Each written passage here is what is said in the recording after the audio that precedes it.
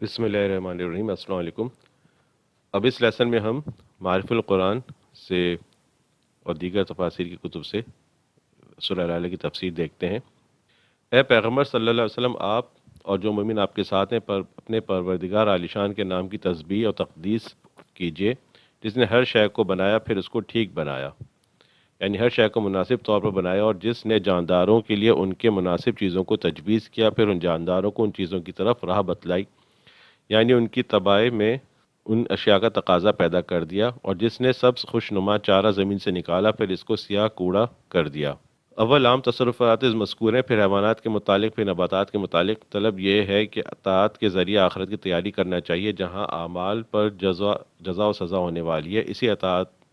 کا طریقہ بتلانے کے لیے ہم نے قرآن نازل کیا ہے اور آپ کو اس کی تبلیغ کے لیے مامور کیا ہے۔ سو اس قرآن کی نسبت ہم وعدہ کرتے ہیں کہ ہم جتنا قرآن نازل کرتے جائیں گے آپ کو پڑھا دیا کریں گے، یعنی یاد کرا دیا کریں گے۔ پھر آپ اس میں سے کوئی چیز، کوئی جز، کوئی حصہ نہیں بھولیں گے مگر جس قدر بھلانا اللہ کو منظور ہو۔ کہ نسخ کا ایک طریقہ یہ بھی ہے کہ کما قال تعالی میں ننسخ من آیت او ننسیھا، سو وہ بھی البتہ آپ کے سب کے ذہنوں سے فراموش کر دیا جاوے گا۔ اور یاد رکھانا اور فراموش کر دینا سب قرین حکمت ہوگا، کیونکہ وہ ہر ظاہر و مخفی کو جانتا ہے، اس لیے اس سے کسی چیز کی مصلحت مخفی نہیں۔ تو جب کسی چیز کا محفوظ رکھنا مصلحت ہوتا ہے تو محفوظ رکھتے ہیں، اور جب بھلا دینا مصلحت ہوتا ہے تو بھلا دیتے ہیں۔ اور جیسا ہم آپ کے لیے قرآن کا یاد ہونا آسان کر دیں گے، اسی طرح ہم اسے آسان شریعت کے ہر حکم پر چلنے کے لیے آپ کو سہولت دے دیں گے، یعنی سمجھنا بھی آسان ہوگا اور عمل بھی آسان ہوگا اور تبلیغ بھی آسان ہو جائے گی، اور مزاحمتوں کو دفع کر دیں گے۔ اور شریعت کے صرف یسرا لانا بطور مدح کے ہے، یا اس لیے کہ وہ سبب ہے یسر کا، کہ جب ہم آپ کے لیے وحی کے متعلق ہر کام آسان کر دینے کا وعدہ کرتے ہیں تو آپ جس طرح خود تسبیح و تقدیس کرتے ہیں اسی طرح دوسروں کو بھی نصیحت کیا کیجیے، اگر نصیحت کرنا مفید ہوتا ہو۔ مگر جیسا کہ ظاہر و معلوم ہے کہ نصیحت اپنی ذات میں ہمیشہ مفید ہی ہوتی ہے، کما قال تعالی فإن ذکر تنفع المؤمنین، حاصل یہ ہوا کہ جب نصیحت نفع کی چیز ہے تو آپ نصیحت کرنے کا اہتمام کریں، مگر باوجود اس کے نصیحت اپنی ذات میں نافع و مفید ہے، اس سے یہ نہ سمجھیے کہ وہ سبھی کے لیے مفید ہوگی اور سبھی اس کو مان لیں گے، بلکہ وہ شخص نصیحت مانتا ہے جو خدا سے ڈرتا ہے، جو سخت بد نصیب ہے وہ اس سے گریز کرتا ہے۔ اور آخر کار بڑی آگ ہے، یعنی آتش دوزخ میں، جو دنیا کی سب آگوں سے بڑی ہے، داخل ہوگا، پھر اس سے بڑھ کر یہ کہ نہ اس میں مرے گا اور نہ آرام کی زندگی جیے گا، یعنی جس جگہ نصیحت قبول کرنے کی شرط موجود نہیں ہوتی، وہاں اگرچہ اس کا اثر ظاہر نہ ہو مگر نصیحت فی نفس ہی نافع اور مفید ہی ہے، اور آپ کے ذمہ اس کے واجب ہونے کے لیے یہی کافی ہے۔ خلاصہ اول صورت سے یہاں تک کا یہ ہوا کہ آپ اپنی بھی تکمیل کیجئے اور دوسروں کو بھی اس کی تبلیغ کیجیے کہ ہم آپ کے معاون ہیں۔ آگے اس کی تفصیل ہے کہ اللہ سے ڈرنے والے نصیحت سے فائدہ اٹھاتے ہیں۔ بامراد ہوا جو شخص قرآن سن کر عقائد باطل اور اخلاق رذیلہ سے پاک ہو گیا اور اپنے رب کا نام لیتا اور نماز پڑھتا رہا، مگر اے منکرو، تم قرآن سن کر اس کو نہیں مانتے اور آخرت کا سامان نہیں کرتے، بلکہ تم دنیاوی زندگی کو مقدم رکھتے ہو، حالانکہ آخرت دنیا سے بدرجہ بہتر اور پائیدار ہے۔ اور یہ مضمون صرف قرآن ہی کا دعویٰ نہیں بلکہ یہ مضمون اگلے صحیفوں میں بھی ہے، یعنی ابراہیم اور موسیٰ علیہ السلام کے صحیفوں میں۔ علماء نے فرمایا ہے کہ قاری جب سبح اسم ربک الاعلیٰ کی تلاوت کرے تو مستحب ہے کہ یہ کہے سبحان ربی الاعلیٰ۔ صحابہ کرام حضرت عبداللہ بن عباس رضی اللہ عنہ اور دیگر صحابہ سے کا یہی معمول تھا کہ یہ سورہ شروع کرتے تو سبحان ربی الاعلیٰ کہا کرتے، یعنی نماز کے سوا جب تلاوت کریں تو ایسا کہنا مستحب ہے۔ اسی طرح اس حکم میں یہ بھی داخل ہے کہ جو نام اللہ تعالیٰ کے ساتھ مخصوص ہے وہ کسی مخلوق کے لیے استعمال کرنا اس کی تنزیہی اور تقدیس کے خلاف ہے، اس لیے جائز نہیں۔ جیسے رحمان، رزاق، غفار، قدوس وغیرہ، آج کل اس معاملے میں غفلت بڑھتی جا رہی ہے، لوگوں کو ناموں کے اختصار کا شوق ہے، عبد الرحمن کو رحمان، عبد الرزاق کو رزاق، عبد الغفار کو غفار بے تکلف کہتے رہتے ہیں، اور یہ نہیں سمجھتے کہ اس کا کہنے والا اور سننے والا دونوں گنہگار ہوتے ہیں، اور یہ گناہ باللذت رات دن بلا وجہ ہوتا رہتا ہے۔ تخلیق کائنات میں لطیف اور دقیق حکمتیں، الذی خلق فسوی والذی قدر فہدی، یہ سب رب العلیٰ کی صفات کا ذکر ہے جو تخلیق کائنات میں اس کی حکمت بالغہ اور قدرت کاملہ کے مشاہدے سے متعلق ہیں۔ ان میں پہلی صفت کی ہے خلق ہے۔ خلق کے معنی محض صنعت گری کے نہیں بلکہ عدم سے بغیر کسی مادہ سابقہ کے وجود میں لانا، یعنی کہ ایبسنس سے وہ جب میٹر ایگزسٹ نہیں کرتا تھا اس سے کسی چیز کو کریٹ کرنا اور اس کو ایگزسٹنس میں لانا۔ اور یہ کام کسی مخلوق کے بس میں نہیں، صرف حق تعالی شانوں کی قدرت کاملہ ہے کہ بغیر کسی سابق مادہ کے جب چاہتے ہیں جس چیز کو چاہتے ہیں عدم سے وجود میں لے آتے ہیں۔ دوسری صفت اس تخلیق ہی کے ساتھ وابستہ فسوہ ہے جو تسویہ سے مشتق ہے، تسویہ سے نکلا ہے، اور اس کے معنی برابر کرنے کے ہیں، اور مراد برابر کرنے سے یہ ہے کہ ہر چیز کو جو وجود عطا فرمائے اس کی جسامت اور شکل و صورت اور اعضاء اور اجزاء کی وضع و حیت، یعنی کہ اس کا اسٹرکچر، آرکیٹیکچر وغیرہ میں ایک خاص تناسب ملحوظ رکھ کر یہ وجود بخشا گیا ہے۔ انسان اور ہر جانور کو اس کی ضروریات کے مناسب اعضاء دیے گئے ہیں، اور ان اعضاء کی جسامت اور اس کی وضع اور حیت اس کی ضرورت کے متناسب بنائی گئی ہے۔ ہاتھ اور پاؤں ان کی انگلیوں کے پوروں میں ایسے جوڑ رکھے اور قدرتی سپرنگ لگائے کہ وہ ہر طرف موڑے توڑے اور تہہ کیے جا سکتے ہیں۔ اسی طرح دوسرے ایک ایک عضو کو دیکھ کر یہ حیرت انگیز تناسب خود انسان کو خالق کائنات کی حکمت و قدرت پر ایمان لانے کے لیے کافی ہے۔ تیسری چیز اس سلسلے میں فرمائی قدرہ، تقدیر کے معنی کسی چیز کو خاص انداز پر بنانے اور باہمی موازنت کے بھی آئے ہیں، اور بمعنی قضاء و قدر بھی استعمال ہوتے ہیں، جس کے معنی ہر چیز کے متعلق اللہ تعالیٰ کا فیصلہ اور خاص تجویز کے ہیں۔ اس آیت میں یہی معنی مراد ہیں، اور مطلب یہ ہے کہ اللہ تعالیٰ نے دنیا کی چیزوں کو صرف پیدا کر کے اور بنا کر چھوڑ نہیں دیا، بلکہ ہر چیز کو کسی خاص کام کے لیے پیدا کیا اور اس کے مناسب اس کو وسائل دیے اور اسی کام میں اس کو لگا دیا۔ غور کیا جائے تو یہ بات کسی خاص جنس یا نوع مخلوق کے لیے مخصوص نہیں، ساری کائنات و مخلوقات ایسی ہیں جن کو اللہ تعالیٰ نے خاص کاموں کے لیے بنایا ہے اور ان کو اسی کام میں لگا دیا ہے۔ ہر چیز اپنے رب کی مقرر کردہ ڈیوٹی پر لگی ہوئی ہے۔ آسمان اور اس کے ستارے، برق و باران سے لے کر انسان و حیوان اور نباتات اور جمادات، سب میں اس کا مشاہدہ ہوتا ہے۔ چوتھی چیز یہ فرمائی فہدہ، یعنی خالق کائنات نے جس چیز کو جس کام کے لیے پیدا فرمایا اس کو اس کی ہدایت بھی فرما دی کہ وہ کس طرح اس کام کو انجام دے۔ حقیقت تو یہ ہے کہ یہ ہدایت تمام کائنات و مخلوقات کو شامل ہے، آسمان اور آسمانی مخلوقات ہوں یا زمین میں اس کی مخلوقات، کیونکہ ایک خاص قسم کی عقل و شعور اللہ تعالیٰ نے ان کو بھی دیا ہے، گو وہ انسان کے عقل و شعور سے کم ہے ہو، جیسے قرآن کریم کی دوسری آیت میں ارشاد ہے آتا کلو شعین خلقہ ثم ہدا، یعنی اللہ تعالیٰ نے ہر چیز کو پیدا کر کے ایک وجود بخشا، پھر اس کے متعلقہ کام کی ہدایت کر دی۔ اسی ہدایت عامہ کا اثر ہے کہ آسمان اور زمین، ستارے اور سیارات، پہاڑ اور دریا، سب کے سب جس خدمت پر اول وخلقت سے معمور کر دیے گئے اسی خدمت کو ٹھیک اسی طرح بغیر کسی کمی، کوتاہی یا سستی کے بجا لاتے ہیں۔ خصوصاً انسان اور حیوانات جن کا عقل و شعور ہر وقت مشاہدہ میں آتا ہے، ان میں بھی غور کیا جائے تو معلوم ہوتا ہے کہ ان میں سے ہر نوع، ہر صنف، بلکہ ہر فرد کو حق تعالیٰ نے اپنی ضروریات زندگی حاصل کرنے اور اپنے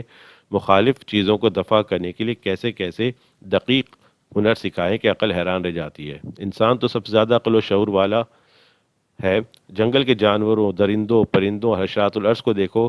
ہر ایک کو اپنی ضروریات زندگی حاصل کرنے اور رہنے بسنے اور اپنی انفرادی اور جنسی ضروریات کو پورا کرنے کے لیے کیسے ہنر سکھائے ہیں۔ یہ سب بلا واسطہ تعلیم خالق کائنات کی طرف سے ہے۔ انہوں نے کسی اسکول کالج میں رہ کر یا کسی استاد سے چیزیں نہیں سیکھیں، بلکہ یہ سب اسی ہدایت عامہ اور تلقین ربانی کے ثمرات ہیں جس کا ذکر آیت اعطی کل شیء خلقہ ثم ہدا اور اس صورت کی قدر فہدہ میں فرمایا ہے۔ یہ سب جانتے ہیں کہ سائنس کسی چیز کو پیدا نہیں کرتی، بلکہ قدرت کی پیدا کردہ اشیاء کا استعمال سکھاتی ہے، اور استعمال کا ادنا اور درجہ تو حق تعالیٰ نے انسان کو فطرتاً سکھا دیا۔ آگے اس میں فنی تحقیقات اور ترقی کا بڑا وسیع میدان رکھا ہے، اور انسان کی فطرت میں اس کے سمجھنے کی سزاد و صلاحیت رکھی ہے، جس کے مظاہر اس سائنسی دور میں روز نئے سامنے آ رہے ہیں، اور معلوم نہیں آگے اس سے بھی زیادہ کیا سامنے آئے گا۔ غور کرو تو یہ سب لفظ قرآن فہدہ کی شرح ہے کہ اللہ تعالیٰ نے انسان کو ان سب کاموں کا راستہ دکھایا، اور اس نے اس میں ان کو پورا کر لینے کی سداد عطا فرمائی، مگر افسوس ہے کہ سائنس میں ترقی کرنے والے اس حقیقت سے اور زیادہ ناآشنا بلکہ اندھے ہوتے جا رہے ہیں۔ والذی اخرج المرعى فجعله غثاء احوا، مرعا چراگاہ کہ میں نے چراگاہ کے ہیں اور جہاں چوپائے جانور چرتے، اور غثا اس کوڑے کرکٹ کو کہتے ہیں جو پانی کے سیلاب میں اوپر آ جاتا ہے۔ احوا حوت حوت سے مشتق ہے، جس گہری سبزی میں جو ایک قسم کی سیاہی آ جاتی ہے، اس کو حوت کہتے ہیں۔ اس آیت میں حق تعالی نے نباتات سے متعلق کچھ اپنی قدرت و حکمت کا بیان فرمایا ہے کہ زمین سے سرسبز گھاس نکالی، پھر اس کو خشک کر کے سیاہ رنگ کر دیا، وہ سرسبزی جاتی رہی۔ اس میں انسان کو اس انجام کی طرف بھی اشارہ ہے کہ یہ جسم کی شادابی، خوبصورتی اور چستی اور چالاکی حق تعالی کا عطیہ ہے، مگر انجام کار پھر ان سب کو ختم ہو جانا ہے۔ سنقرئک فلا تنسى الا ما شاء اللہ، سابقہ آیات میں حق تعالی نے اپنی قدرت و حکمت کے چند مظاہر بیان فرمانے کے بعد رسول اللہ صلی اللہ علیہ وسلم کو ان کے فریضہ پیغمبری کی طرف چند ہدایات دی ہیں، اور ہدایت سے پہلے آپ صلی اللہ علیہ وسلم کے کام کو آسان کر دینے کی خوشخبری سنائی ہے۔ وہی کہ ابتدا میں جب آپ صلی اللہ علیہ وسلم پر قرآن نازل ہوتا اور جبرائیل امین کوئی آیت قرآن سناتے تو آپ کو یہ فکر ہوتی تھی کہ ایسا نہ ہو کہ الفاظ آیت ذہن سے نکل جائیں۔ اس لیے جبرائیل امین کے پڑھنے کے ساتھ ساتھ آپ صلی اللہ علیہ وسلم بھی الفاظ قرآن پڑھتے جاتے۔ اس آیت میں حق تعالی نے یہ کام یعنی قرآن کا یاد کرا دینا اپنے ذمہ لے لیا، اور آپ صلی اللہ علیہ وسلم بے فکر کر دیا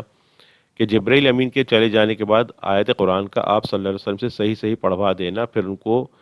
یاد میں محفوظ کرا دینا ہماری ذمہ داری، آپ فکر نہ کریں، جس کا نتیجہ یہ ہوگا کہ فلا تنسا الا ما شاء اللہ، یعنی آپ قرآن کی کوئی چیز بھولیں گے نہیں بجز اس کے کہ کسی چیز کو اللہ تعالیٰ ہی اپنی حکمت و مصلحت کی بنا پر آپ صلی اللہ علیہ وسلم کے ذہن سے بھلا دینا اور محو کر دینا چاہیں۔ مراد یہ ہے کہ اللہ تعالیٰ جو بعض آیت قرآن کو منسوخ فرماتے ہیں، اس کا ایک طریقہ تو معروف ہے کہ صاف حکم پہلے حکم کے خلاف آ گیا، اور ایک صورت منسوخ کرنے کی یہ بھی ہے کہ اس آیت ہی کو رسول اللہ صلی اللہ علیہ وسلم اور سب مسلمانوں کے ذہنوں سے محو اور فراموش کر دیا جائے، جیسا کہ نسخ آیت قرآنی کے بیان میں فرمایا ما ننسخ من آیت او ننسیہا، یعنی ہم جو آیت منسوخ کرتے ہیں یہ آپ کے ذہن سے بھلا دیتے ہیں۔ اور بعض حضرات نے الا ماشاء اللہ کے استثناء کا یہ مفہوم بیان قرار دیا ہے کہ یہ ہو سکتا ہے کہ اللہ تعالیٰ کسی مصلحت اور حکمت کی بنا پر عارضی طور سے کوئی آیت آپ کے ذہن سے بھلا دیں، پھر یاد آ جائے، جیسا کہ بعض روایت حدیث میں ہے کہ ایک روز رسول اللہ صلی اللہ علیہ وسلم نے کوئی سورۃ تلاوت فرمائی جس میں کوئی ایک آیت پڑھنے سے رہ گئی۔ حضرت ابی بن کعب جو کاتب وحی تھے، انہوں نے یہ سمجھا کہ شاید یہ آیت منسوخ ہو گئی، مگر آپ صلی اللہ علیہ وسلم سے دریافت کیا تو آپ صلی اللہ علیہ وسلم نے فرمایا کہ منسوخ نہیں، مجھ سے سہون ترک ہو گئی۔ وَنُيَسِّرُكَ لِلْيُسْرَىٰ، لفظی ترجمہ اس کا یہ ہے کہ ہم آپ کو طریقہ یسریٰ کے لیے آسان کر دیں گے۔ طریقہ یسریٰ سے مراد شریعت اسلام ہے۔ بظاہر مقتضائے مقام یہ تھا کہ فرمایا جاتا کہ ہم اس طریقے اور شریعت کو آپ کے لیے آسان کر دیں گے، مگر قرآن کریم نے اس کو چھوڑ کر یہ فرمایا کہ ہم آپ کے اس طریقے کے لیے آسان کر دیں گے۔ حکمت اس میں یہ بتلانا ہے کہ اللہ تعالیٰ آپ کو طبعی اور مادی طور پر ایسا بنا دیں گے، شریعت آپ کی طبیعت بن جائے اور آپ شریعت کے سانچے میں ڈھل جائیں۔ فذکر ان نفعت ذکرہ، سابقہ آیات میں رسول اللہ صلی اللہ علیہ وسلم کو آپ کے فریضہ پیغمبری کے ادا کرنے میں حق تعالیٰ کی طرف سے دی ہوئی سہولتوں کا بیان تھا، اور اس آیت میں آپ کو اس فریضے کی ادائیگی کا حکم ہے، اور معنی الفاظ آیت کے یہ ہیں کہ آپ لوگوں کو تبلیغ و نصیحت کیجیے اگر نصیحت نفع دیتی ہو۔ یہ لفظ اگرچہ شرط کے لیے ہے، مگر در حقیقت مقصود کوئی شرط نہیں بلکہ اس کا تاکیدی حکم دینا ہے، جس کی مثال ہمارے عرف میں یہ ہے کہ کسی شخص کو بطور تنبیہ کہا جائے کہ اگر تو آدمی ہے تو فلاں کام کرنا ہوگا، یا اگر تو فلاں کا بیٹا ہے تو تجھے ایسا کرنا چاہیے۔ یہ مخصوص شرط نہیں ہوتی بلکہ اس کا اظہار ہوتا ہے کہ جب تو آدمی آزاد ہے، یا جب تو فلاں بزرگ کا یا شریف آدمی کا بیٹا ہے تو تجھ پہ یہ کام لازم ہے۔ مطلب یہ ہے کہ نصیحت و تبلیغ کرنا نافع اور مفید ہونا تو متعین ہے، اس لیے اس نافع چیز کو آپ کسی وقت نہ چھوڑیں۔ قد افلح من تزکا، تزکا زکوٰۃ سے مشتق ہے، جس کے اصل معنی پاک کر دینے کے ہیں۔ مال کی زکوٰۃ کو بھی اسی لیے زکوٰۃ کہتے ہیں کہ باقی مال کو انسان کے لیے پاک کر دیتی ہے۔ یہاں لفظ تزکیہ کا مفہوم عام ہے، جس میں ایمانی اور اخلاقی تزکیہ و طہارت بھی داخل ہے، مال کی زکوٰۃ دینا بھی۔ وذکر اسم ربی فصلی، یعنی اپنے رب کا نام لیتا اور نماز پڑھتا ہے۔ ظاہر یہ ہے کہ اس میں ہر قسم کی نماز، فرض اور نفل شامل ہے۔ بعض مفسرین جو خاص نماز عید سے اس کی تفسیر کی ہے وہ بھی اس میں داخل ہے۔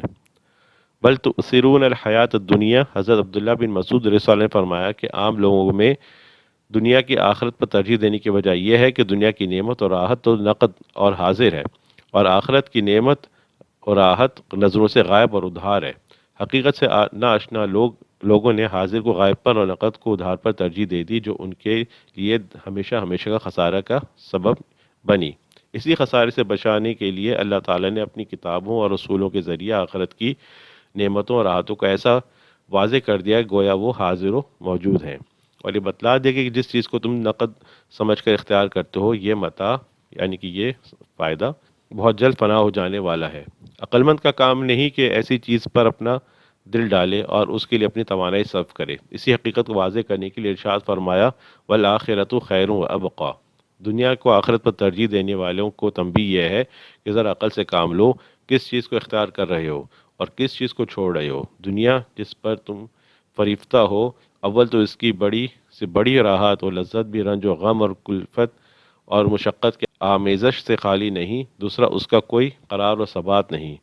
آج کا بادشاہ کل کا فقیر، آج کا جوان شہزور کل کا ضعیف و عاجز ہونا رات دن دیکھتے ہو۔ بخلاف آخرت کے کہ وہ ان دونوں عیبوں سے پاک ہے، اس کی ہر نعمت اور راحت خیر ہی خیر ہے، اور دنیا کی نعمت اور راحت سے اس کو کوئی نسبت نہیں، اور اس سے بڑی بات یہ ہے کہ وہ ابقا یعنی ہمیشہ رہنے والی ہے۔ انسان ذرا غور کرے، اگر اسے کہا جائے کہ تمہارے سامنے دو مکان، ایک عالیشان محل اور بنگلہ تمہارے ساز و سامان سے آراستہ ہے، دوسرا ایک معمولی کچا مکان اور یہ سامان بھی اس میں نہیں، تمہیں ہم اختیار دے کہ یا تو بنگلہ لے لو مگر صرف مہینہ 2 مہینے کے لیے، اس کے بعد اسے خالی کرنا ہوگا، یا یہ کچا مکان لے لو جو تمہارے دائمی ملکیت ہوگا۔ تو عقلمند انسان دونوں میں سے کس کو ترجیح دے گا؟ اس کا مقتضا تو یہ ہے کہ آخرت کی نعمتیں اگر بالفرض ناقص و دنیا سے کم درجہ کی بھی ہوتی مگر ان کے دائمی ہونے کی وجہ سے وہی قابل ترجیح تھیں، اور جبکہ وہ نعمتیں جو دنیا کی نعمتوں کے مقابلے میں خیر و افضل و اعلیٰ بھی ہیں اور دائمی بھی، تو کوئی احمق بد نصیبی ان کو چھوڑ کر دنیا کی نعمت کو ترجیح دے سکتا ہے۔ ان ھذا لفی الصحف الاولی صحف ابراہیم و موسیٰ، یعنی اس صورت کے سب مضامین یا آخری مضمون یعنی آخرت کا بنسبت دنیا کے خیر و ابقا ہونا پچھلے صحیفوں میں بھی موجود تھا، جس کا بیان آگے یہ فرمایا کہ حضرت ابراہیم علیہ السلام اور موسیٰ علیہ السلام کے صحیفوں میں یہ مضمون تھا۔ حضرت موسیٰ علیہ السلام کی تورات سے پہلے کچھ صحیفے بھی دیے گئے تھے اور وہ مراد ہیں، اور ہو سکتا ہے کہ صحف موسیٰ سے تورات ہی مراد ہو۔ آجری نے حضرت ابو ذر غفاری رضی اللہ عنہ سے روایت کیا ہے کہ انہوں نے رسول اللہ صلی اللہ علیہ وسلم سے دریافت کیا کہ ابراہیم علیہ السلام کے صحیفے کیسے اور کیا تھے۔ آپ نے فرمایا ان صحیفوں میں امثال عبرت کا بیان تھا۔ ان میں سے ایک مثال ظالم بادشاہ کو مخاطب کر کے فرمایا کہ اے لوگوں پر مسلط ہو جانے والے مغرور مبتلا، میں نے تجھے حکومت اس لیے نہیں دی تھی کہ تو دنیا کا مال پر مال خرچ جمع کرتا چلا جائے، بلکہ میں نے تو تجھے اقتدار اس لیے سونپا تھا کہ تو مظلوم کی بد دعا مجھ تک نہ پہنچنے دے، کیونکہ میرا قانون یہ ہے کہ مظلوم کوئی دعا کو رد نہیں کرتا اگرچہ وہ کافر کی زبان سے نکلی ہو۔ اور ایک مثال میں عام لوگوں کو خطاب کر کے فرمایا کہ عقلمند آدمی کا کام یہ ہے کہ اپنے اوقات کے 3 حصے کرے، ایک حصہ اپنے رب کی عبادت اور اس سے مناجات کا ہو، دوسرا حصہ اپنے اعمال کا محاسبہ اور اللہ تعالیٰ کی عظیم قدرت اور صنعت میں غور و فکر کا، اور تیسرا حصہ اپنی ضروریات معاش حاصل کرنے پر اور طبعی ضرورتیں پورے کرنے کا۔ اور فرمایا کہ عقلمند آدمی پر لازم ہے کہ اپنے زمانے کے حالات سے واقف رہے اور اپنے مقصود کام میں لگا رہے، اپنی زبان کی حفاظت کرے۔ حضرت ابو ذر رضی اللہ عنہ فرماتے ہیں کہ پھر میں نے عرض کیا صحف موسیٰ علیہ السلام میں کیا تھا، تو آپ صلی اللہ علیہ وسلم نے فرمایا کہ ان میں سب عبرتیں ہی عبرتیں تھیں، جن میں سے چند کلمات یہ ہیں: مجھے تعجب ہے اس شخص پر جس کو مرنے کا یقین ہو، پھر وہ کیسے خوش رہتا ہے۔ مجھے تعجب اس شخص پر جو تقدیر پر ایمان رکھتا ہو، وہ کیسے عاجز اور درماندہ اور غمگین ہو۔ مجھے تعجب اس شخص پر جو دنیا اور اس کے انقلابات اور لوگوں کے عروج و نزول کو دیکھتا ہے، وہ کیسے دنیا پر مطمئن ہو بیٹھا ہے۔ اور مجھے تعجب ہے اس شخص پر جس کو آخرت کے حساب پر یقین ہو، وہ کیسے عمل کو چھوڑ بیٹھتا ہے۔ حضرت ابو ذر رضی اللہ عنہ فرماتے ہیں کہ میں نے پھر یہ سوال کیا کہ کیا ان صحیفوں میں سے کوئی چیز آپ کے پاس آنے والی وحی میں وہ بھی ہے؟ آپ نے فرمایا اے ابو ذر یہ آیتیں پڑھو، قد افلح من تزکا وذکر اسم ربہ فصلی، اور آخر سورہ اعلیٰ تک۔ تو یہاں پر اب معرف القرآن سے تفسیر سورہ اعلیٰ کی ختم ہوئی۔ انشاءاللہ اگلے لیسن میں ہم مزید تفسیروں سے سورہ اعلیٰ کی مزید تفسیر بیان کریں گے۔